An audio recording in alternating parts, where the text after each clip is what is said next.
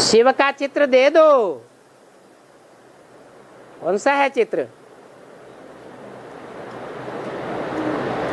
है? अभी बताया कि शंकर जब याद में बैठा हुआ है तो जैसे कि मन बुद्धि से इंद्रियों की स्मृति है ही नहीं। आंखें खुली हुई हैं परंतु जैसे आंखें होते हुए भी है ही नहीं।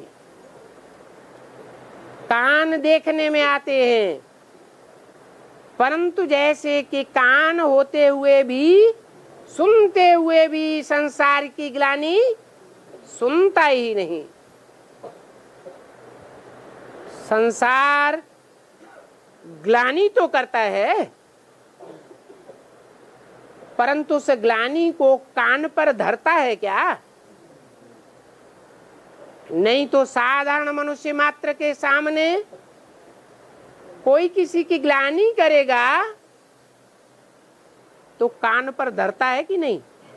धरता है। अवस्था ही खराब हो जाती है। तो पहले पहले ये युक्ति रचो।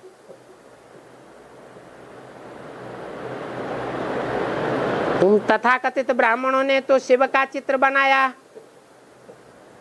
32 गुणों को भी दिखाया परंतु वो 32 गुण साकार में होते हैं या निराकार में होते हैं? गुण और अवगुण तो साकार में ही हो सकते हैं। उसे कहा जाता है सगुण और बिंदु को कहा जाता है निर्गुण। जो बिंदु का चित्र बनाया है लिंग के अंदर वो निर्गुण है, उसके 32 गुण नहीं दिखाए जा सकते।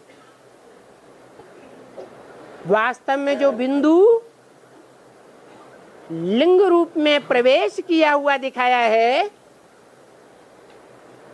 वो लिंग ही शंकर के उस निराकारी स्टेज की यादगार है जो संपूर्ण बीज रूपी स्टेज में बैठा हुआ है।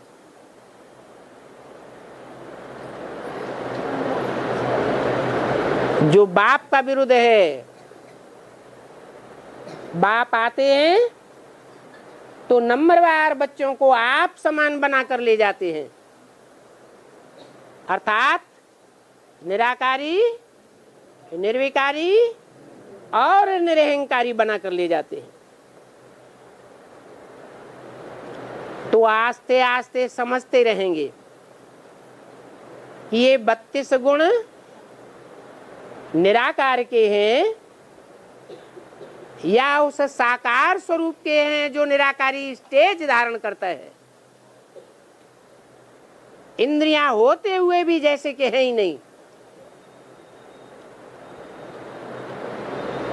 शरीर में से हाथ, टांग,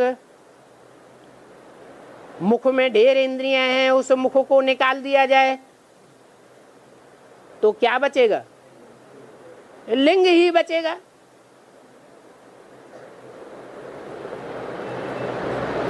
तो प्राचीन चित्रकारों ने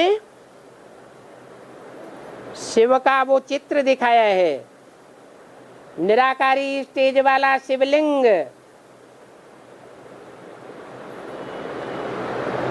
उस लिंग में